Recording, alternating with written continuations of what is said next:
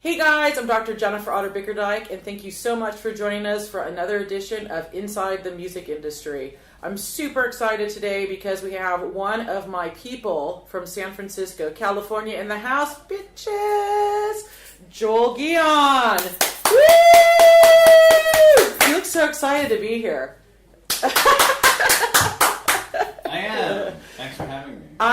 Oh my god, it's been like trying to get you to come be on the show. It's like I have a massive crush on you because just your emails are hilarious, your writing's amazing, you're so charismatic. Tell us what you're doing now. What are you up to? Currently, I am working on a book of memoir. That's kind of taking me up full time right now, and then after that, I imagine I'll get back into some solo records, and of course, always doing percussion in the Brian Jonestown Massacre. So I just want to kind of drill down this a little bit. So you're working on your memoir. What years are you thinking this is going to cover? What's the? Can you just kind of walk us through what that's going to look like? Yeah, it takes place with me moving to San Francisco in the very early '90s, navigating the music and art scene as a young person, trying to find a place within it, finding a place. The early adventures in that place with the Brian Jonestown Massacre, and all the stuff that people aren't aware of. Just the scene that we had in that city at that time in the 90s. There was so much English music coming over, influencing us, and we were answering back, and I'm documenting all that, and there's also other kinds of illegal activities and things of the 90s nature, getting into subcultures like the raves and the band scenes in general, and kind of trying to do something as sort of a memoir book that incorporates journalistic gonzo Hunter Thompson things to just trying to put people into the scene, where it's not just like, oh, this happened and then that happened and then we did this and we did that, but really just creating scenes that will bring the reader into the room of events. And it's going to take place all the way up to where Dig begins. So you'll be able to put down the book and you'll be able to put on the movie. So for those people who don't know, we'll talk about Dig in a minute and what Dig was, but I just think, I was obviously in that whole scene with you, and it was interesting because I don't think people here in the UK, especially, they don't understand how massive Britpop and English music was to us. That's right. Can you just back me up, because no one believes me? Well, yeah, it's crazy, and that's kind of why it's one of the many reasons why I'm excited to write this book, is because so many people don't know about that. And what people think about music-wise in the 90s in America, think about grunge and things like that.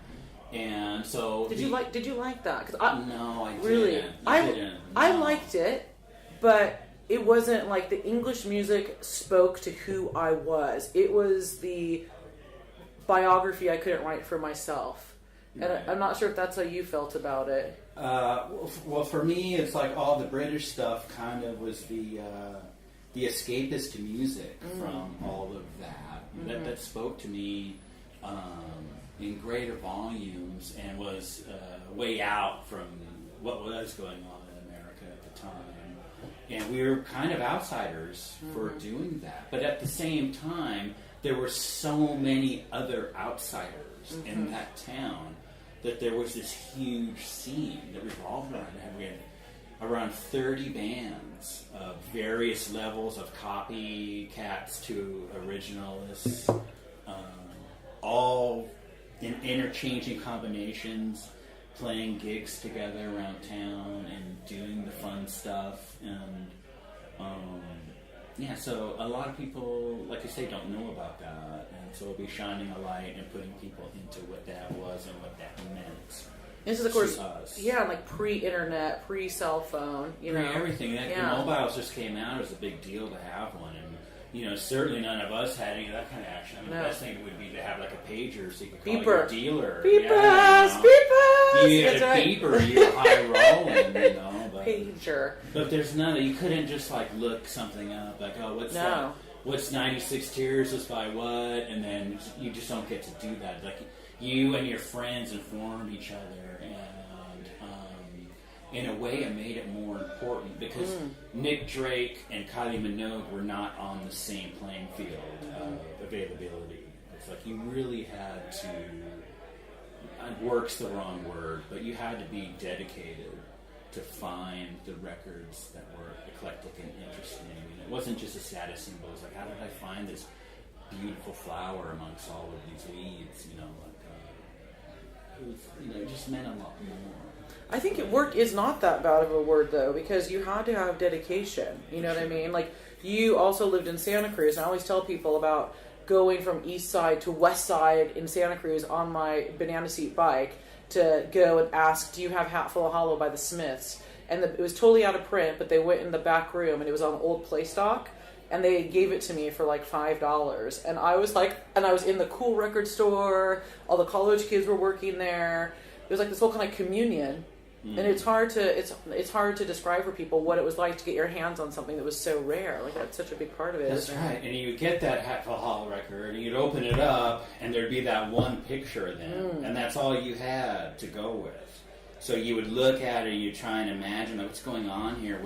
What are these people like? And you'd almost start feeding your own story deals into their deal, and it become this whole kind of escapist reality off of these couple of photos that you could just find. That's all you had. It's so true. So you really got invested in sort of a mysterious escapism angle of it that's just gone. You know what's funny is I never thought of it as escapism, but it was, because here we are in this beautiful, sunny, warm place of California, like, great produce. Let's escape to dreary. Yeah, let's go. I remember watching this documentary about factory records in Manchester. It was just like showing this grim black and white footage of factories like belching toxins into the air, and I'm like, I gotta get there. Man, that's my jam. I saw Taste of Honey. That's man. Let me in there. So let's kind of go back to you and your journey. What was the first record that you bought with your own money, and what did it mean to you? Well, my mom used to buy me records when I was a kid, as most moms would do in those days, because that's how you buy music. But she bought me this album. It was by a band called the Royal Guardsmen, and it was themed around a Charles Schultz Peanuts kind of thing. It was Snoopy versus the Red Baron, and you have these 60s mop-top guys singing songs about a dog, cartoon dog fighting. Please tell me you still have this. Third Reich guys in airplanes, you know what I mean? It's like, it's the 70s, It's funny as shit to think about. It was actually pretty good. And then, shortly afterwards, the Saturday afternoon movie was Yellow Submarine by the Beatles. And I, obviously, as any 5-year-old would, fell in love with that. And so my mom devised this whole list of things around the house I'd have to do to make money to buy these Beatles records, and I did all this stuff, and then she took me to the drugstore and bought me the red and the blue double album comps, It had all the hits, and then I was just from there with the tennis racket in front of the mirror, 5-year-old going nuts. So those are the first records I bought with my own money. But it was funny because it was like, well, the Royal Guardsmen I really like, but this band's way better than the Snoopy record 60s guys. So the Snoopies were the gateway drug, really into Snoopy was your gateway drug into rock and roll. Did your mother? Yeah. Now, are there other kids in your family? Yeah, I've got a younger sister who's actually like 8 years younger than me, and then I've got an older brother who's a year and a half older than me.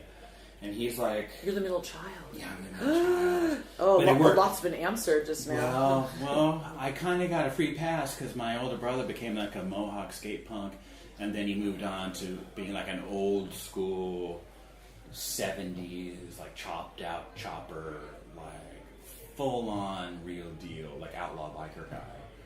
So he's the one with all the family problems. But he was righteous because he was also an outcast. I was an outcast. I was a little goth kid in the beginning. So, you and I grew up so close to each other. There was this club called One Step Beyond. Did you ever go there? Was it 16 and over? Maybe it was 18 and over. 21 and over? It had, I don't remember. well, if it wasn't 16 and over, it was 16 and over. You know, without meaning to be. That's exactly, yeah. exactly. And they had these like that's where the goths would go. That's you right. know. That's and right. That's the first time I saw a man in pancake makeup, and he was doing like ruffled Victorian shirts. And what was the dance The that you were scarf dance. The scarf dance, which Like one? you're catching That's right. scarves. Oh, do you, the funniest one there. Serious business. Dude, I still. Do you know what's sad? Is I find myself still at 40 plus. I still dance like that when I go out. I'm just kind of like picking cherries, like looking for things. You know what I mean? I think that's the goth dance. Yeah, so the rave dance, they kind of incorporate some of that too. The whole exactly. Looking for things. people are looking for shit. That's right. Man. You get on drugs, you start dancing, you start looking for shit. Yeah. Oh my god. Okay, we need to talk about that sometime off camera. What was your... We can do that. I know. So I was gonna... Because you never find them, do you? No, exactly. No, I swear they were there. What was your first vinyl memory? So was your brother playing records in the house, or? Well, that came later. His influences definitely came later.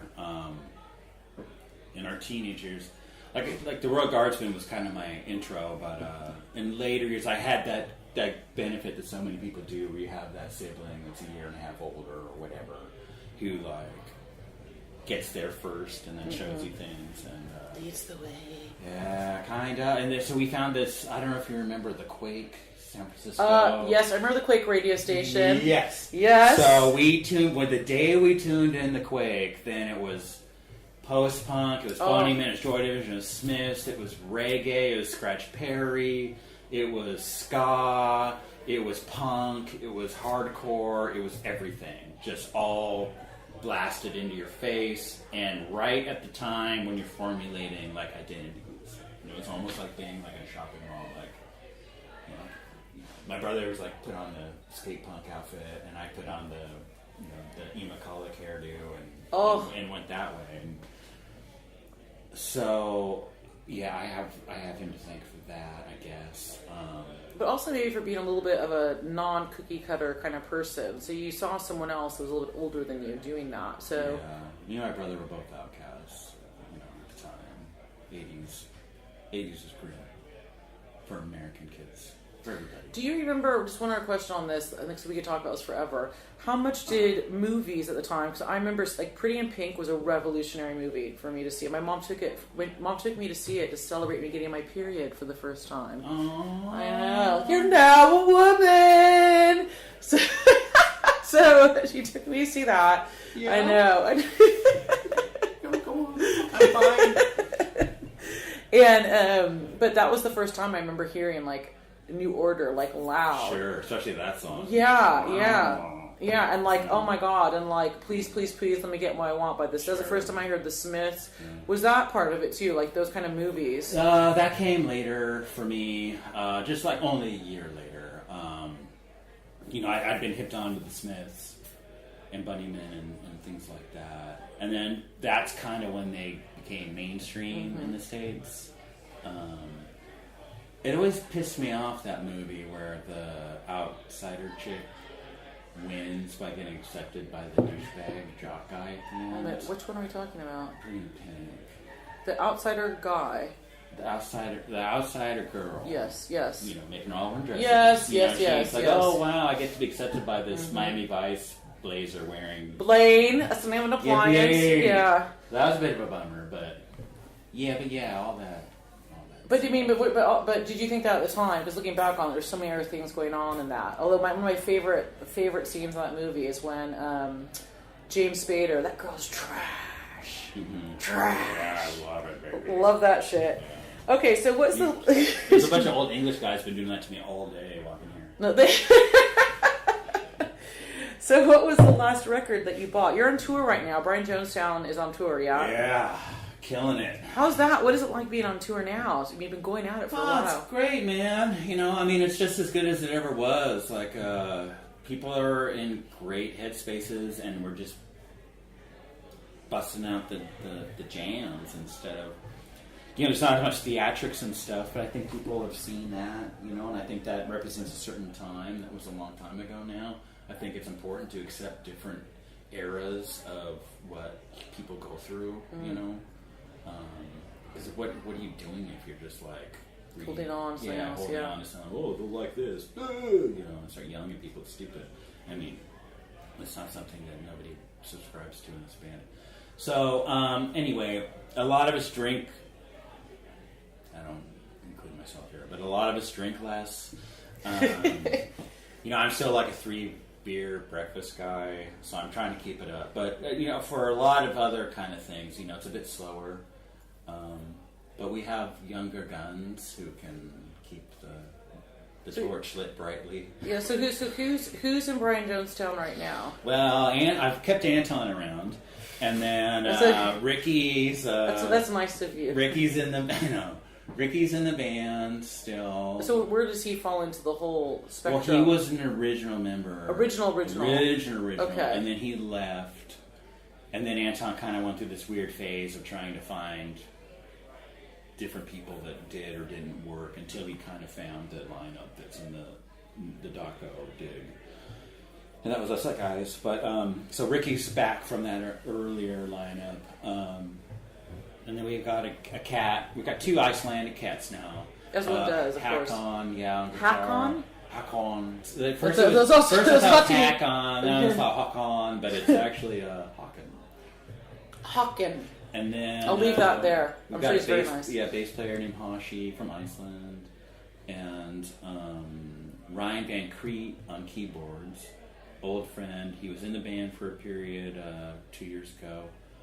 He's played in bands like Asteroid Number 4, Dead Skeletons, some groovy stuff.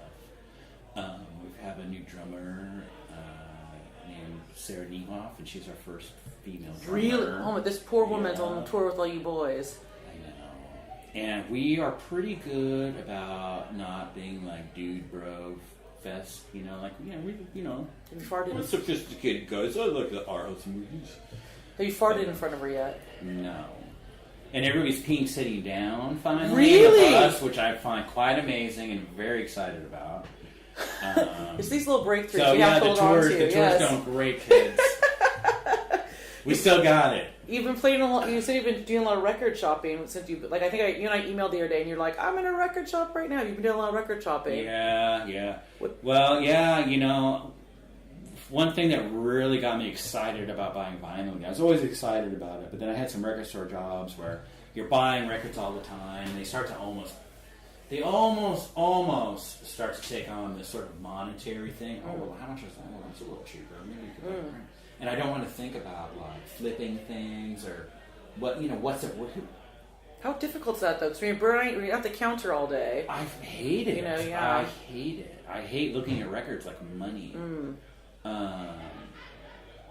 So I was in a bit of a rut, and then we went and toured Europe, and it was like you go to France and you can find all these Francois Hardy and Jacques Dutronc and Sylvie Vartan and on and on. All my favorites. All these great singles and records, and it just completely just re-energized me in such a way that annoys my wife to no end because I'm blowing so much money on records again now. It's nuts. But yeah, so when we go on tour, it's great. So like what I like to do, I'm lucky enough to get to travel, and when I travel, I don't go to the tour shop and buy like a refrigerator magnet or some kind of like souvenir. I buy a pressing of the artist that's from that country. Aww. And that's my memento. Like, oh yeah, I went to Toulouse and I bought this Francois Hardy first edition, first album. Encinitas, Luz. Huh? Is Luz in Encinitas in San Diego? Toulouse. Oh, Toulouse. Yeah, Toulouse. Sorry, I'm like Luz. I'm like, there's a Luz. Okay, yes, sorry, Toulouse. Sorry. Keep on the international tip. Sorry. Sorry, darling. When was the first time you knew you wanted to do something in music? You obviously were super into music from a young age. When did you think this could be something for me to pursue as a career? Well, I always wanted to be a musician. I always wanted to be in a band. And I kind of, was attempting to be a guitar player in the city where there were a lot of guitar players playing the exact same fucking Rickenbacker because it was shoegaze and all that. And so I was kind of plugging along that way. And then what happened was Brian Jonestown Massacre was playing the cellar of my building for my roommate's birthday. This is your first ever time interaction with them. I knew them. We were friends, but real friends or friends on? We were real friends. Acquaintances. Yes, not isn't face. We were not acquaintances Facebook. in the scene. Yeah. Pretty cool enough to where you could do something for me that you might want you around. Yeah. Young guys, young people. You're cool. Yeah. So they were bringing amps over to the house day by day because there was no band fan. There's nothing like that. There's not even cars. So that's right, San Francisco. So, we borrowed this girl's car this day to bring those 2 amps over, and then the next day we got that guy's car to bring another 2 amps over. So they're kind of slowly figuring in all the gear over the couple of days. And the day they brought the last amp over, Anton is literally like 1 foot out the door, 1 foot in, just turns around and goes like, why don't you you live here? Why don't you play maracas or something? And I'm like, okay. Did you have maracas laying around the house? Because I don't have any laying around the house. There was actually a pair of maracas laying around the house. Really? So maybe there's some subconscious I think he must have saw the maracas on the. Or he planted them there. Or maybe he planted them. He's tiptoeing in. Yep. Fate. But so fast forward. So now we have to do the gig. In the basement. It's in the and there's 3 light bulbs. There's a light bulb and there's a couple of photography lights in the different corners. And the show's going on. The manager for the band is filming it on one of those crappy I don't know, the video cameras, the big burnt corn dog microphone on the top. Yeah. And corn dog. And so we're playing. And we're playing a song called Hyperventilation. It's got this super Bo Diddley beat. And the power goes out. Oh no. The lights go out, the amps go out, it all goes out. Drummer's still playing the Bo Diddley beat. I'm playing the maracas. And what I didn't know at the time, which is funny, is it's a totally Bo Diddley thing because originally Bo Diddley didn't have a drummer, he just had a maraca player. Really? So, somebody finds the breaker, they flip it back on, and all the amps, all the lights go back on, and nobody stopped playing. So the song is just right back in perfect time where it was. Happens again. Seconds later. Same thing. Playing it, get about through another maybe half minute. Same thing again. Oh God! And not to belabor the point, but it was on and off. At this point. Yeah, because it could not handle the breakers could not handle all that ampage down there. And so now I'm starting to think well, what's this going? And I see some because there's tools and whatever cleansers and things, and I see this as you have at the gig, of course. As you would. Yeah. So I see this lighter fluid over there. All right, the next time this shit goes out, man, I'm going Hendrix.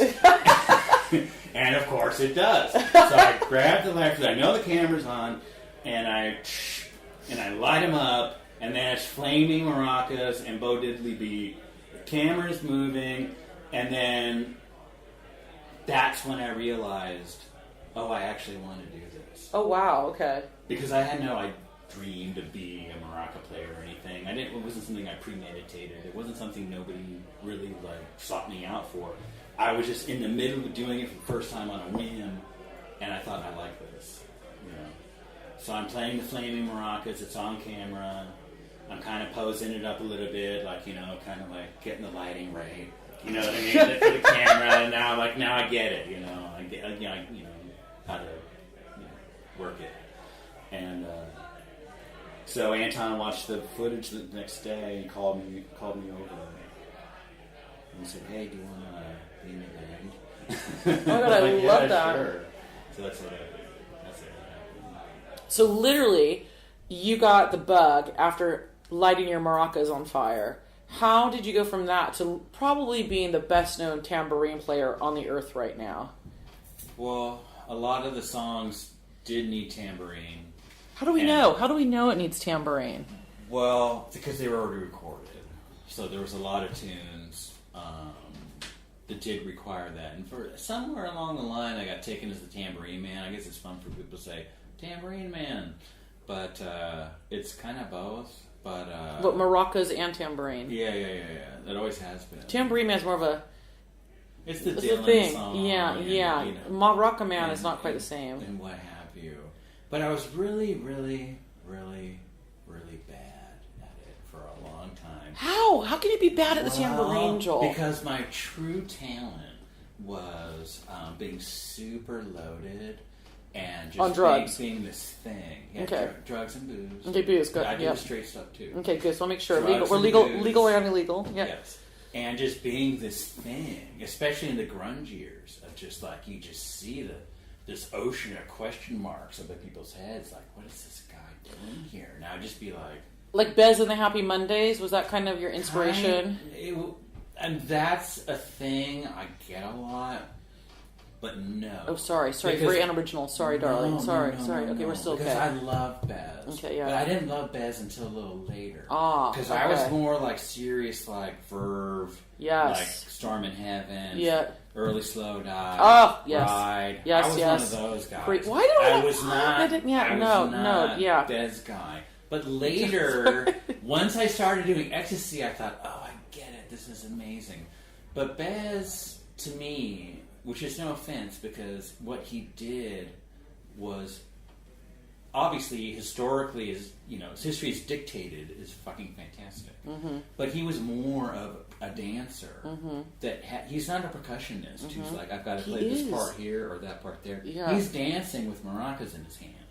So it's not adding anything to the song, more visual. He's a vibe. He's a vibe, what they call a hype man. Okay, yes. And what I was doing was more of a Velvet Underground thing. All black, big shades, tambourine. Like give Lou Reed the tambourine and let go the guitar and she sings. Which would have, you have to put that. Would have been pretty great.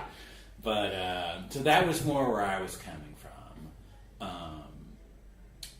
But the tambourine thing kind of ended up taking over because then when we went from the more shoegazy sounds, when I joined the band, I was very much preaching the gospel of embracing the grand tradition of 60s music, which isn't that represented on Methadone, which is the album before, and Space Girl, which are the two albums before Take It From the Man. When I came...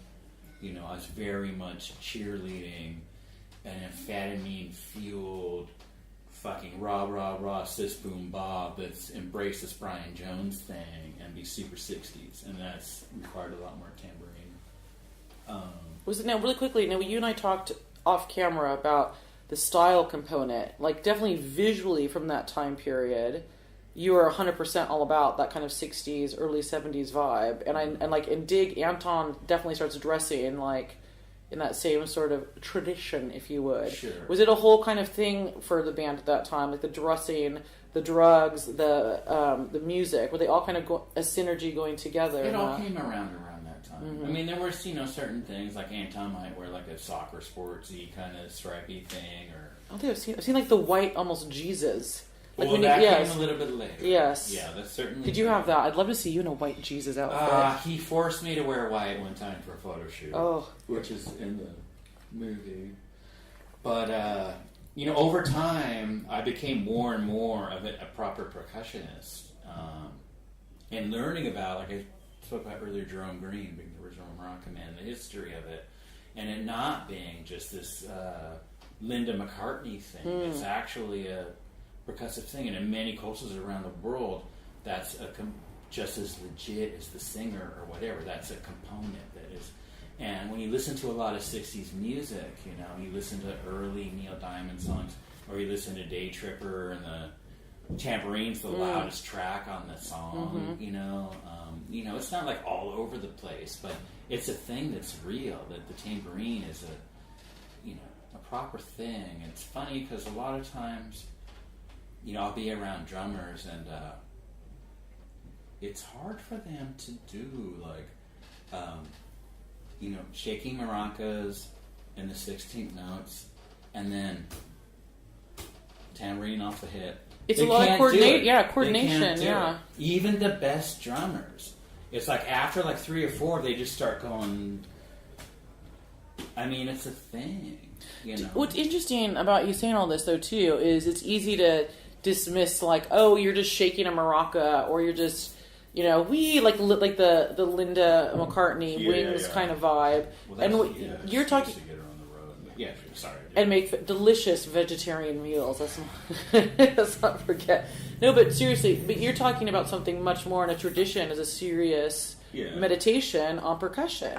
Yeah, I find most of my haters come from failed musicians or non-musicians. Because they want to be you. My praisers come from classical musicians and very accomplished musicians and performance artists that get it. You know, people that get it. That it's not... It's serious, but there's a bit of performance art there. There's a bit of a statement. I would like to question who decided that the singer stands here and the bass player's over here by the drummer and the guitar players are over here. Why is that formation the formation? Why is that the only way to play rock music? It seems like people, if you can do anything and do it honestly and do it with grace and do it in a way that is not dishonest and applies to the situation, it shouldn't matter what it is. So, Joel, like, I have to say, I've always had a fantasy, which some can be discussed here on camera, but others can't, obvs. And part of it does involve a tambourine. But you were telling me it's quite more physical than I think one would expect. So what do you find are some of the hazards? Like when you come off a tour where you're doing night after night of playing, what are some of the kind of physical ailments? Well, you're basically slapping a piece of wood against your hand for 2 hours every night, and they break in my hands when I play them. So not only do I get the bruises, do I get the giant... I've had calluses the size of this. Oh my god. Yeah, like once you get from new shoes, like I've had them like this size. Well, how would you say, like 250-cent pieces, probably big, if you're not... Like a cup saucer big on your hand. That's how big the callus would be. Yeah, it's like a size like 17 and a half shoe. Is it?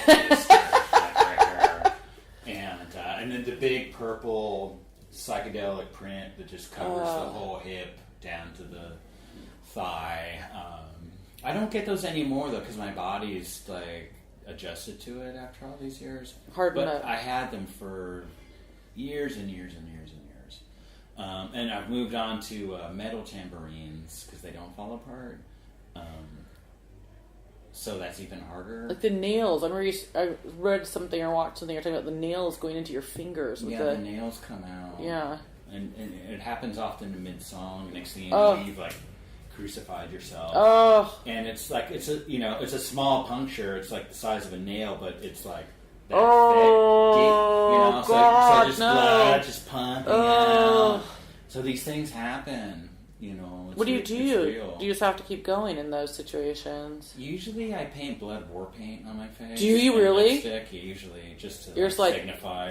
You're just like, look at the fucking struggle is real, people. That's right. Okay, yeah. That's right. I mean, one could play, like, I don't want to put people off. I mean, one could buy, like, the Crescent Moon plastic tambourines and, like, you'd be fine. Because you just kind of, like, breathe on it and it makes a beat. You don't really have to play it. But I don't like plastic instruments because they're plastic, and it's, music is organic, music's the earth, music's the sky, music's the, you know what I mean? You don't want to play plastic things when you're trying to do something real. So yeah, I go the hard way. Yeah, it sucks, but I do it for the kids, man. Yeah, you're keeping it authentic, keeping it street, baby. So and plus, the best tambourines are 60s ones. They had it best in the 60s. I mean, you can go to any guitar store right now, and I'll get through one gig off a new tambourine. Really? Out of a guitar store, yeah. Because they don't really expect you to play them. They just think you're going to record and go like some little thing. Yeah, it's like a jackass with it. But the 60s ones were made to be played with 60s bands who were going to have that instrument in every song for months on end on tour, so they actually stand up. Do you know what too though? I think in the 60s I'm not saying like the look of it's not important, but instruments were played to be fucking played. You know what I'm trying to say? It wasn't like, yeah. Where do you, if you're feeling it, man, you're gonna go. You're gonna go for it. Yeah. Put your back into it, baby. Right. What? So watch out. That's all right. So, Joel, what are you working on right now? I think last year you had your self-titled second record. Is that correct? That is correct. Yeah. And I was very happy to make it. My first album, I kind of just it wasn't what was driving me to make it, but I kind of wanted to say like, hey, look, I can do this, you know, and kind of wear my influences on my sleeve. I want to ground Jesus Mary Chain, all the shoegaze stuff, things like that. Can I put a shout out right now? Yeah. That song "Smile" on that record. It's my favorite song of the... I mean, I know it's not from this year, but it's my favorite song. My husband's like, oh my God, not again. I'm like, repeat. It is such a tune. It's so fucking good. I love it! Yeah, thanks. Yeah. You guys, if you've not heard it, go check it out. It's on YouTube. You can look at it. It's a really fun video. Where is that footage from in the video? It's like motorcycles, and it's very Joel. Yeah, well, I stole that footage from a movie from American Version. Oh, maybe I should have brought that up. San Francisco. Yeah, San Francisco. It's like old. That's the San Francisco that I remember seeing on TV and in movies and wanting to move there. Right. Very glamorous, yeah. But the new record, the self-titled record. So I did that record, and it, you know, and I thought, well, I hope they didn't call me out for the Velvet Underground or the Jesus Mary Chain, but it was all like, oh, it sounds like Anton, you know. Oh, like, no. Well, all right, fine.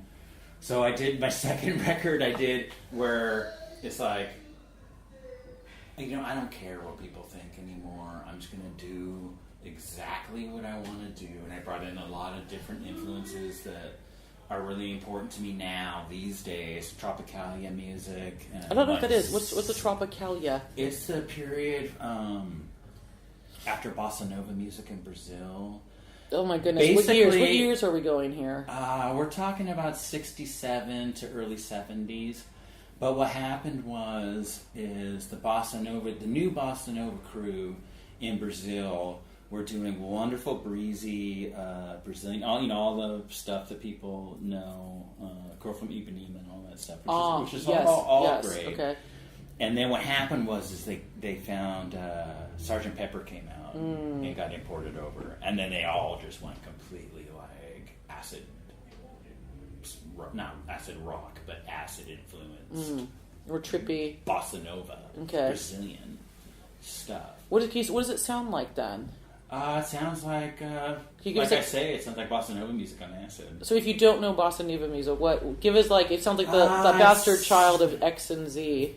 Well, it was his own creation at the time. So it was one of those genres that was completely original in its gestation. It's a certain style that was invented. It's not like, blues or rock or things where it's like, oh, they were like this and that and the other thing. It just, it was what it was.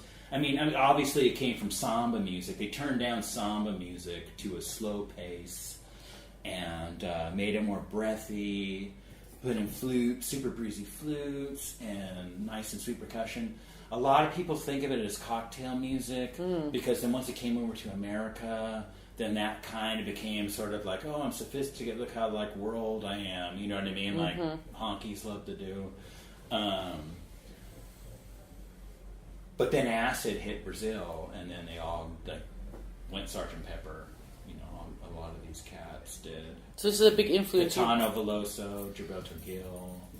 Your record store years are coming out right now. Yeah, I know. I know. So dragging it out, bring it up. So if someone wants to kind of get a taste for that, they can check out the self-titled album that you did. Because there's influences of that on there. Yeah, there's some of the influences. Yeah, and just the old school soul music,